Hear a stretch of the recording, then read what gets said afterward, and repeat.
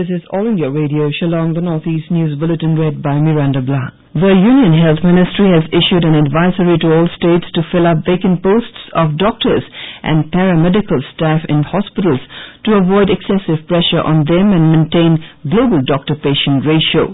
In a written reply to a question in the Lok Sabha, Minister of State for Health Ashwini Kumar Chaubey said the ministry has also asked the states to make a provision for providing extra monetary incentives to doctors and paramedical staff serving in remote areas. With the death of 3 more patients, the Japanese encephalitis in Assam rose to 71. The number of registered positive Japanese encephalitis cases also increased to 334 from 306 on Thursday. Of the 3 fresh deaths reported, 2 were from Dibrugarh and 1 from Golpara district, a National Health Mission bulletin said. Giving the cumulative figures of Japanese encephalitis and acute encephalitis syndrome, the bulletin said there were 165 deaths and 1,280 cases reported since January.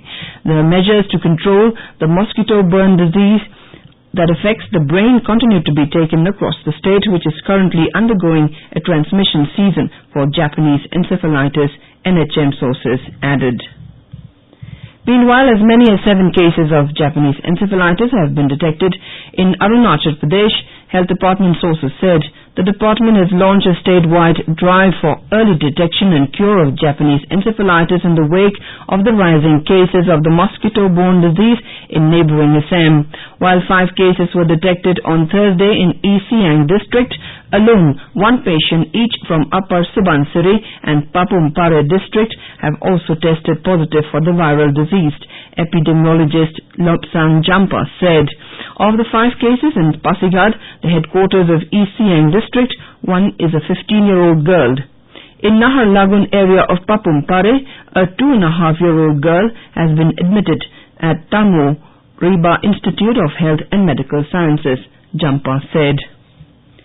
In Assam, 3 persons have lost their lives due to flood and landslide at Golaghat and Dima Hasao districts in the last 24 hours.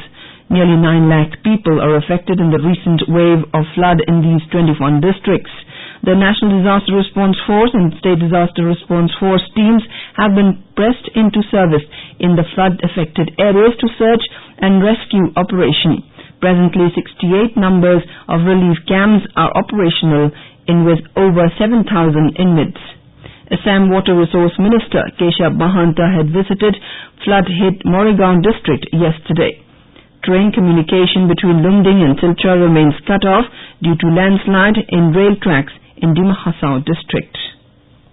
In Mizoram, 2 men have drowned and 390 houses submerged in floods triggered by incessant rain across the state.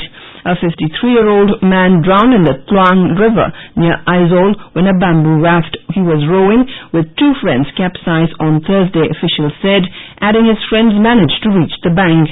A man collecting crabs in the jungle near South Mizoram's Lunglei town also drowned on Thursday and his body was recovered on Friday, they said.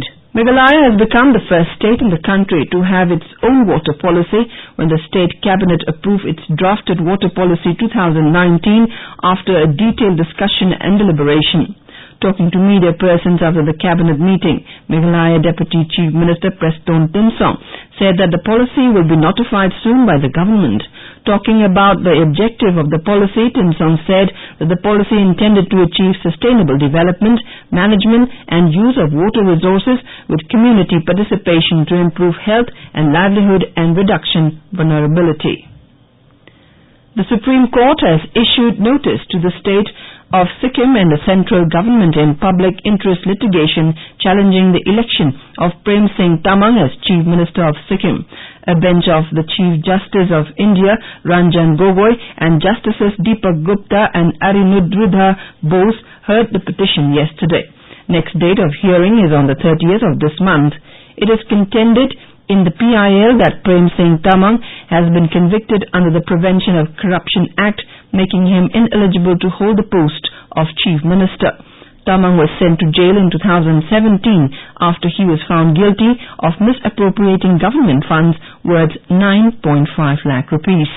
And with that we end the Northeast News Bulletin, which came to you from the Shillong station of All India Radio. Have a nice day.